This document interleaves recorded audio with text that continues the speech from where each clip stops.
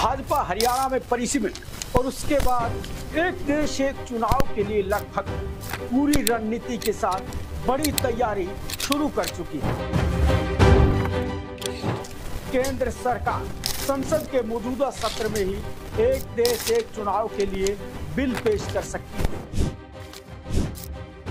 हालांकि पहले भी भारत में इस फॉर्मूले पर कई बार चुनाव हो चुके हैं। तो आजादी के बाद 1952, 1957, 1962 और 67 में लोकसभा और विधानसभा चुनाव के लिए एक ही दिन में चुनाव हो चुके हैं। लेकिन 1968 और 69 में कई विधानसभाएं पहले भंग कर दी गई और उसके बाद 1970 में लोकसभा भी भंग कर दी गई और तब यह परंपरा टूट गई थी। लेकिन आगे इस तरह की कोई दिक्कत परेशानी ना आए उसके लिए एक समिति जो पहले ही बनाई गई थी वो अब इस पर लगभग एक फॉर्मूला तैयार कर चुकी है, जिस पर उन्होंने कई देशों के इस फॉर्मूले पर स्टडी की है कि वहां इस फॉर्मूले पर चुनाव हुए तो वहां क्या कुछ रिजल्ट सामने आए हैं। और अगर बात करें इस फॉर्मूले पर काम करने के बाद जो वो समिति है वो कुछ और पहलुओं से भी इस पर समाधान निकाल रही है कि अगर चुनाव के बाद कहीं ना कहीं दल बदल होता है और जो है इस पर क्या कुछ होना चाहिए। और फिर अगर बात करें कहीं की सरकार या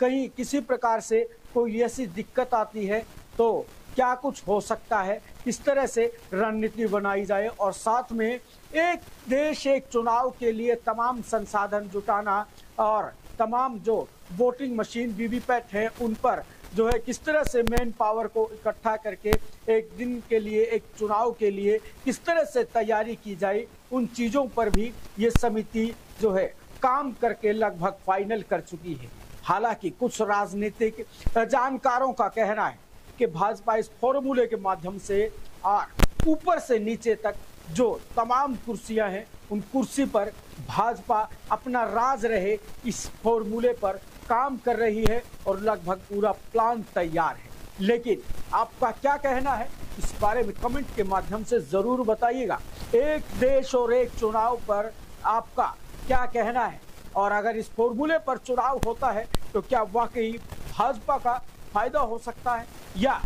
कुछ और भी इस के पीछे बात हो सकती है। कमेंट के माध्यम से जरूर बताइएगा और आप बताइएगा कि अगर किसी विषय पर हम वीडियो बनाएं तो किस विषय पर बनाएं। आप हमें कमेंट के माध्यम से बताते रहिएगा क्योंकि वो तमाम पहलू हम आपके सामने लेकर आते रहेंगे जिस पर आप सहमत हैं।